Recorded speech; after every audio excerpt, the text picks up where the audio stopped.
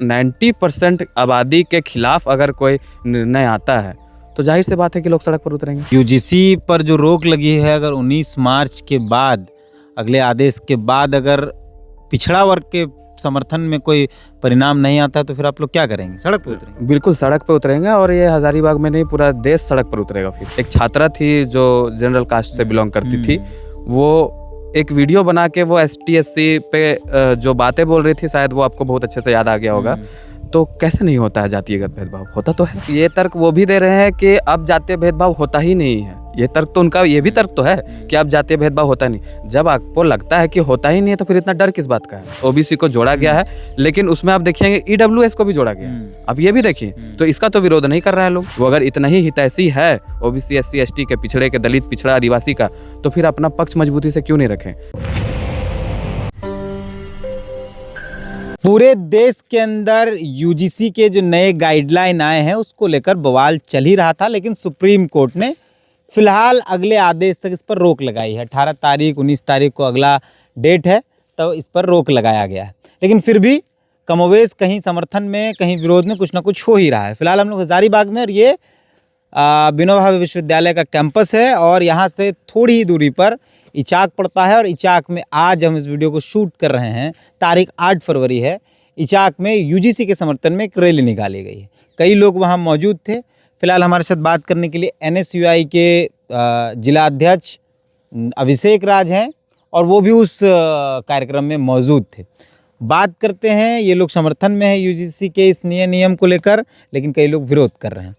आप तो पहले ये बताइए कि आपके समर्थन का मूल कारण क्या आप देख पा रहे हैं? क्यों ज़रूरी? क्योंकि आप विश्वविद्यालय की राजनीति करते हैं, छात्र राजनीति करते हैं, तो विश्वविद्यालय कैंपस में ऐसे नियमों की आवश्यकता थी जिसको लाया गया?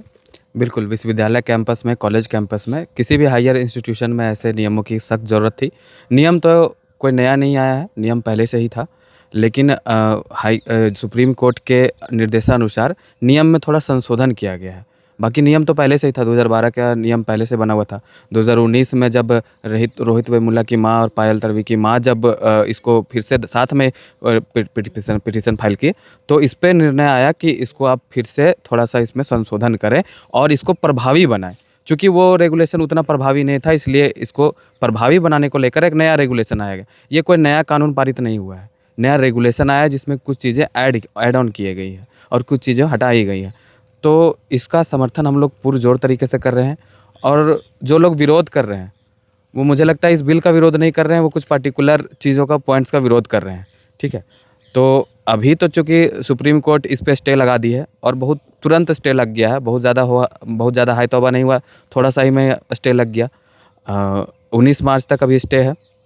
अगर 19 मार्च के बाद हमारे पक्ष में ये निर्णय नहीं आता है तो ये इधर से जो समर्थन हो रहा है, ये इसका व्यापक आपको देखने को मिलेगा असर। मतलब यूजीसी पर जो रोक लगी है, अगर 19 मार्च के बाद, अगले आदेश के बाद अगर पिछड़ा वर्ग के समर्थन में कोई परिणाम नहीं आता तो फिर आप लोग क्या करेंगे? सड़क पर उतरेंगे? बिल्कुल सड़क पर उतरेंगे, और ये हजारीबाग में नहीं, पूरा देश सड़क पर उतरेगा फिर, क्योंकि हमारी आबादी यहाँ 60% के करीब है। अभी तो जातिगत जनगणना भी नहीं हुई, तो एग्जैक्ट आबादी नहीं पता, लेकिन जो डेटा जो पहले से चलता आ रहा है उस अकॉर्डिंग OBC की आबादी, ST SC भी, अगर 90% आबादी के खिलाफ अगर कोई निर्णय आता है तो जाहिर सी बात है कि लोग सड़क पर उतरेंगे। तो क्यों आप लोगों को लगता है कि ये इस यूजीसी एक्ट का ज़रूरत विश्वविद्यालय में था? अभी देखिए, तर्क ये दिया जा रहा है कि अब जातीय भेदभाव उस तरीके से नहीं होता है, ख़त्म हो गया है। हम आपके ही चैनल के एक वीडियो देखे थे 24 नवंबर का, जहाँ तक मुझे डेट याद है, सेंट जेवियर कॉलेज की एक छात्रा थी जो जनरल कास्ट से बिलोंग करती थी। वो एक वीडियो बना के वो ST SC पे जो बातें बोल रही थी, शायद वो आपको बहुत अच्छे से याद आ गया होगा। तो कैसे नहीं होता है जातीयगत भेदभाव? होता तो है, सही सामने एग्जाम्पल है। जैसे छात्र राजनीति करते हैं, आप कर रहे हैं लंबे समय से, NSUI से हैं, तो आपको कभी ऐसे कोई कंप्लेन या ऐसा कोई मिला है, कोई जानकारी कि हाँ यहाँ इस तरीके से हुआ है? बिल्कुल मिलता है, लेकिन बिल्कुल मिलता है, लेकिन अब क्या हो गया है ना कि लोग बातों बातों में ही आपका शोषण कर देंगे। जरूरी नहीं है कि कोई हरकत करके आपका शोषण करे, बातों बातों में ही शोषण कर देंगे। तो स्वर्ण समाज के लोग जातीय भेदभाव बातों बातों में कर देंगे? बिल्कुल बातों बातों में कर देंगे। क्यों ऐसा आपको जाति को लेकर ऐसा आपको चीज ही बोल देंगे जिसको लगेगा आपको लेकर कि यार थोड़ा सा लगेगा अपने आप में खराब बोल दिया बोल के। इसलिए तो होता तो है शोषण। हाँ, दिखता नहीं है बहुत चीज़ें अब, लेकिन शोषण आज भी होता है। प्रोफेसर शोषण करते हैं, वाइस चांसलर शोषण करते हैं, सब शोषण करता है। विश्वविद्यालय कैंपस में लेकर इसकी क्या है, जब से ये मतलब इस पर जब नए नियम पर बातचीत हुई तो जब नए नियम पर बातचीत हुई तो हमारे विश्वविद्यालय में सवर्ण समाज के हमारे छात्र जो हमारे भाई हैं वो उन लोगों ने मीटिंग की, उन लोगों ने वाइस चांसलर को भी एक पत्र लिखा है, दिया है जाके बाकायदा। लेकिन अभी तक हमारे जो ओबीसी एसटी एससी के छात्र हैं वो शांति से चीज़ों को देख रहे हैं। अभी वो समझ रहे हैं कि क्या स्तर तक हमारे जो अधिकार हमको दिया जा रहा है उसका विरोध किया जा रहा है। अगर कोर्ट का निर्णय का इंतज़ार ही है बस, और कोई ऐसा चीज़ नहीं है कि कुछ नया है, बस ओबीसी को जोड़ा गया है।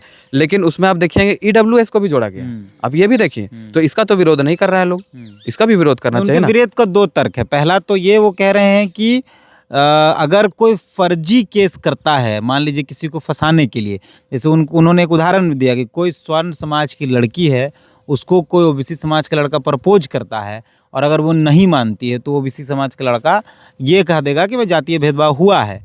एक तो विरोध का ये तर्क है। दूसरा उनका कहना है कि जो फर्जी केस करेंगे उन पर रिटर्न केस होना चाहिए अगर ये साबित होता है। दूसरा ये है कि उस पूरी कमेटी में स्वर्ण समाज का भी प्रतिनिधित्व हो तो ज़्यादा अच्छा। तो ये दो वजह से ये लोग देखिए, अब आप एक बात समझिए, वो भी यही तर्क वो भी दे रहे हैं कि अब जातीय भेदभाव होता ही नहीं है। ये तर्क तो उनका, ये भी तर्क तो है कि अब जातीय भेदभाव होता नहीं। जब आपको लगता है कि होता ही नहीं है तो फिर इतना डर किस बात का है? अगर आप नहीं करते हैं, आपके किसी भी आपके कम्युनिटी में किसी के भी द्वारा नहीं किया जाता है, तो फिर ये सब तो तर्क कोई मतलब नहीं बनता है ना। आप जब करते ही नहीं तो इतना डर किस बात का है? ये एक छोटा सा रेगुलेशन तो है, इसमें बहुत कुछ ज़्यादा होना तो नहीं है। और आप ये कह रहे हैं कि हायर मतलब अगर वो कमेटी में मेरे सदस्य नहीं रहेंगे तो सारे वाइस चांसलर तो आप ही के हैं, वही तो समाज के हैं। बिल्कुल है। मैक्सिमम अप टू आप जितना जाइएगा उतना। 45 सेंट्रल यूनिवर्सिटी में 38 है, उनके 7 है, ओबीसी एसटी मिला के 7 है।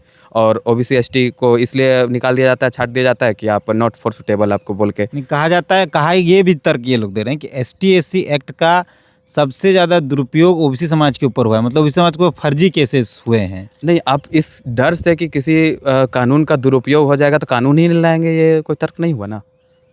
कोई भी चीज़ का आप अच्छा उपयोग कर सकते हैं या दुरुपयोग कर सकते हैं। दुरुपयोग तो हम फ़ोन का भी कर लेते हैं, लेकिन अभी आप फ़ोन का उपयोग अच्छा कर रहे हैं ना। आप मीडिया इसी के जरिए चला रहे हैं, आपको बड़ा सा कैमरा बहुत महंगा खरीदना नहीं पड़ रहा है, एक मोबाइल से काम चल रहा है, तो इसका तो आप उपयोग कर रहे हैं। लेकिन अब चाहे तो दुरुपयोग भी कर सकते हैं, दिन भर बैठ के आप मोबाइल ही देखते रहेंगे और कुछ नहीं करेंगे। तो दुरुपयोग और प्रयोग दोनों चीज़ है। तो ऐसा नहीं है कि आप इसी को पहले से नेगेटिव सोच के ही चलेंगे तो चीज़ें नेगेटिव होंगी, और अगर आप पॉजिटिव वे में लीजिएगा तो चीज़ें पॉजिटिव होंगी। और सरकार के तरफ से भी देखते हैं कि सुप्रीम कोर्ट में अपना पक्ष मजबूती से नहीं रखा गया। तो हम तो कहेंगे कि इस बिल के हम लोग समर्थन में तो हैं, इस रेगुलेशन के समर्थन में जो संशोधित होकर आया है। हमारा छात्र संगठन भी इस के समर्थन में है, ऑफिशियली हमारा दिल्ली से भी हमारे राष्ट्रीय अध्यक्ष भी इसके समर्थन में है। लेकिन हम लोग सरकार से ये कहना चाहते हैं कि वो अपना बात मजबूती से क्यों नहीं रखें। अगर वो संशोधित बिल लाए थे, क्योंकि वो डेडलाइन था कि 15 तारीख तक वो उनको लाना था, तो वो 13 तारीख को ले आए। लेकिन अपना पक्ष भी मजबूती से रखना चाहिए। अगर वो इतने ही हितैषी हैं, मेरे कहना है कि जो एनडीए की सरकार है वो अगर इतना ही हितैषी है ओबीसी एससी एसटी के, पिछड़े के, दलित पिछड़ा आदिवासी का, तो फिर अपना पक्ष मजबूती से क्यों नहीं रखें। वो हितैषी होने का दिखावा ना करें, नौटंकी ना करें, अपना पक्ष भी मजबूती से रखें, ताकि ये रेगुलेशन सही तरीके से सभी विश्वविद्यालयों में, सभी हायर इंस्टीट्यूशन में लागू हो सके।